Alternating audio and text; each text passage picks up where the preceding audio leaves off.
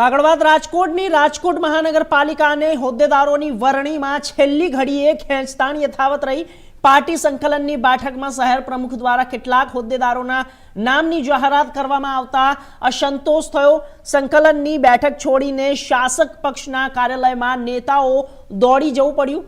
શહેર ભાજપ પ્રમુખ માધવ દવે, ધારાસભ્ય દર્શિતા શાહ, ધારાસભ્ય ઉદય કનગડ, પૂર્વ પ્રમુખ મુકેશ દોશી સહિતના બંધ બારણે अलग बैठकों करी। बंद बारणे बैठक पूर्ण थया बाद फरी संकलन समितिनी बैठकमां तमाम होद्देदारो उपस्थित थया। असंतोष शरू थता धारासभ्य रमेश टीलावाड़ा, स्टेन्डिंग कमिटीना चेरमेन, पूर्व चेरमेन नितिन भारद्वाज सहितनाओने मनपा कचेरी खाते बोलाववामां आव्या हता।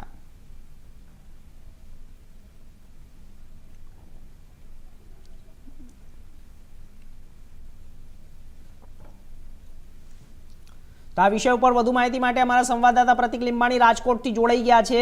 પ્રતિક, શું છે અત્યારે હાલ જે આ ઘટના સામે આવી છે? ભાજપના આગેવાનો જ્યારે બંધ બારણે બેઠકો કરી રહ્યા છે, આંતરિક વિખવાદ સામે આવી રહ્યો છે, નારાજગીઓ જોવા મળી રહી છે। શું સંકલન બેઠકની અંદર નિર્ણય લેવામાં આવ્યા છે? કોની નારાજગી સામે આવી છે? પ્રતિક્રિયાઓ શું છે?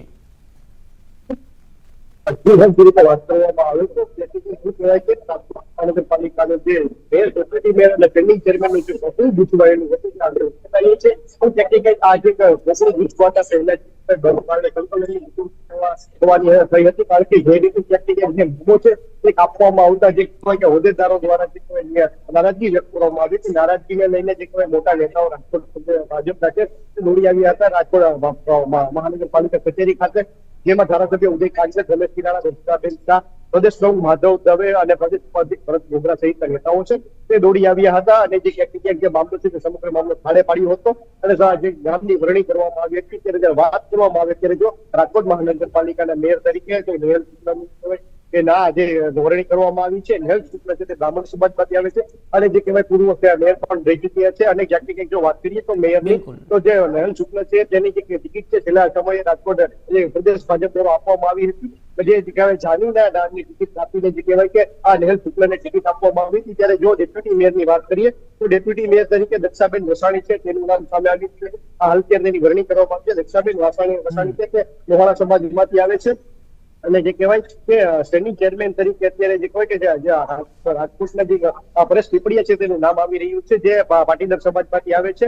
જે અત્યારે જે કહેવાય દંડક તરીકે જે સંજયસિંહ રાણા છે તેનું નામ સામે આવી રહ્યું છે। સાથે જે કહેવાય શાસક પક્ષના નેતા તરીકે હિરેન ચીમાણીયા છે તેનું નામ આવી રહ્યું છે। હિરેન ચીમાણીની પણ જે કહેવાય સ્થાનિક ચૂંટણીમાં ટિકિટ ચપાઈ હતી, પણ અંતિમ ઘડીએ જે તેને ટિકિટ મળી હતી ત્યારે હાલ અત્યારે જે મહાનગરપાલિકાનું જે ડેપ્યુટી મેયર, સ્ટેન્ડિંગ ચેરમેન સહિતના જે પદોનું ચોખ્ખું હોવું